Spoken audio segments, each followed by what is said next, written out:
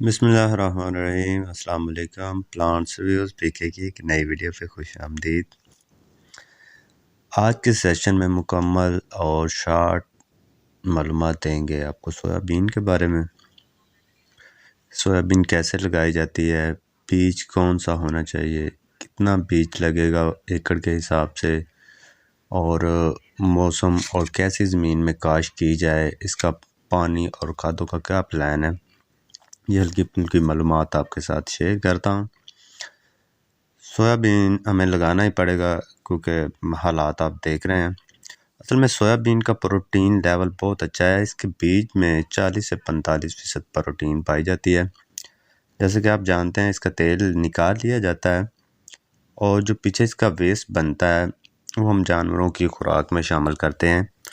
आप ये सुन के हैरान होंगे कि पाकिस्तान में सोयाबीन की दरामद पे सालाना 200 अरब रुपया खर्च किया जाता है। यहाँ पे गवर्नमेंट की पॉलिसीज़ पे कोई कमेंट करना मुनासिब बात नहीं है। और जो अभी हाल में सोयाबीन बंद हुई है, इसने पोल्ट्री इंडस्ट्री को बहुत ज़्यादा डैमेज किया है। हर जगह पे आपका कमर्शियल वंडा जो चलता है, मतलब जो पोल्ट्री फीड चलती है, उसमें 25% सोयाबीन का इस्तेमाल होता है।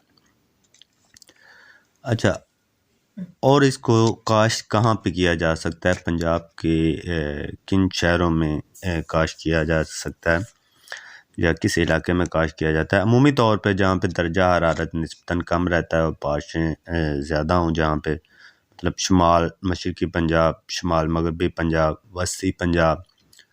और अगर मैं शहरों के नाम लूँ तो सियालकोट, गुजरात, झेलम, मंडी, बहाउद्दीन, सरगोदा, अटक, उकाड़ा, फैसलाबाद। इसके अलावा पोठोहार के कुछ इलाके हैं जहाँ पे आबपाशी एक अच्छा निज़ाम है, वहाँ पे इसे काश्त किया जा सकता है। और सिंध में जो मोतदिल अब हवा वाले इलाके हैं, वहाँ पे भी इसे काश्त किया जा सकता है।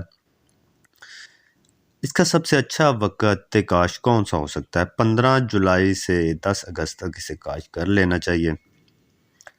इसकी ज़मीन कैसे तैयार करनी है, कैसे इसे लगाना है, वो मैं आपको बाद में आपके साथ डिस्कस करता हूँ। पहले मैं आपको इसकी जो इसका सीड है उसकी जो है ना किस्में है वो बता देता हूँ। इसके बीज की 2 किस्में हैं जो पाकिस्तान में अवेलेबल हैं, फैसल सोयाबीन और दूसरी का नाम है आरी सोयाबीन।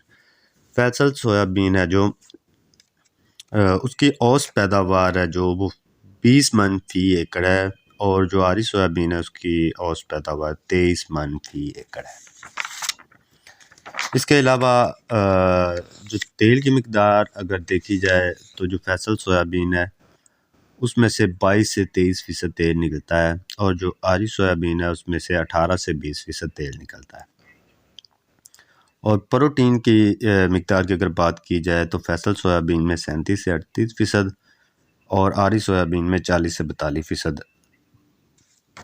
प्रोटीन की मिकदार पाई जाती है। इसके अलावा इसका जो सीड है उसे ट्रीटमेंट करके लगाना चाहिए। ज़मीन आपने तैयार कर ली, मकई वाली तैयारी जो आप देते हैं ज़मीन को, वो तैयारी देनी है। बेड का साइज़ है वो 12 से 14 इंच होना चाहिए। बीज आपका लगेगा 12 से 15 किलो बीज लगाना ज़रूरी है, और बीज को थायोफनेट मिथाइल 2 ग्राम पर किलो के हिसाब से जो फफूंदी से महफूज रखेगा सीड को, वो लगाना ज़रूरी है। मतलब 1 एकड़ पे जो आपका थायोफनेट मिथाइल जो लगेगा वो 24 से 30 ग्राम लगेगा। इसके अलावा लगाना इसे जो है वो 3 से 4 इंच के फासले पे सीड लगाना है, खेल के दोनों तरफ, और कम से कम 1 एकड़ में 1,30,000 से 1,50,000 पौधा होना ज़रूरी है, फिर ये आपको एक अच्छी एवरेज मिलेगी। और खादों का प्लान ये है कि आपने जब ज़मीन को तैयारी देनी है तो उसमें एक SOP और एक TAP का इस्तेमाल लाजमी करना है। और यूरिया जब उगाई के बाद 20 से 25 दिन गुजर जाएं तो यूरिया की एक बोरी इसमें डालनी है। और जो सबसे ज़रूरी चीज़ है कि आप गोबर लाजमी दें, चूँकि जब ये फसल कमर्शियल पैमाने पे और बड़े पैमाने पे लगना शुरू हो जाएगी तो फिर आसानी हो जाएगी फार्मरों को इसको समझने के लिए। पानी की बात करें तो पानी इसको ज़्यादा इसकी खेलियाँ भर के नहीं देनी, नॉर्मल पानी देना है जैसे हम मकई को आम रूटीन में पानी देते हैं, खेलियों के ऊपर नहीं चढ़ाते, मतलब रेज बेड आप कह लें। उसके अलावा जब ये फूल और फलियों पे आ जाती है तो इसके पानी का अच्छे से ख्याल रखा जाए ताकि एवरेज पे फ़र्क ना पड़े।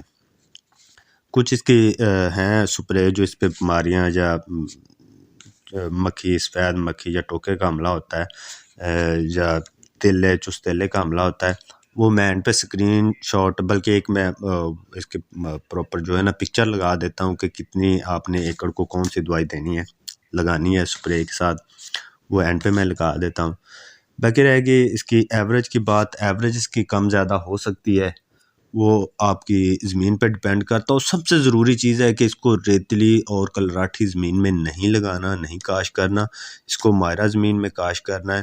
आहिस्ता आहिस्ता जब फार्मरों को समझ आ जाएगी कि इसको कैसी ज़मीन में काश करना है, तब आसानी हो जाएगी। इसके पानी के अच्छे प्लान फार्मरों को अच्छे से समझ से आ जाएंगे और फर्टिलाइज़र प्लान अच्छे से समझ आ जाएंगे, तो फिर आहिस्ता आहिस्ता जो है ना जो रेतीली ज़मीन है उनमें भी काश्त होना शुरू हो जाए।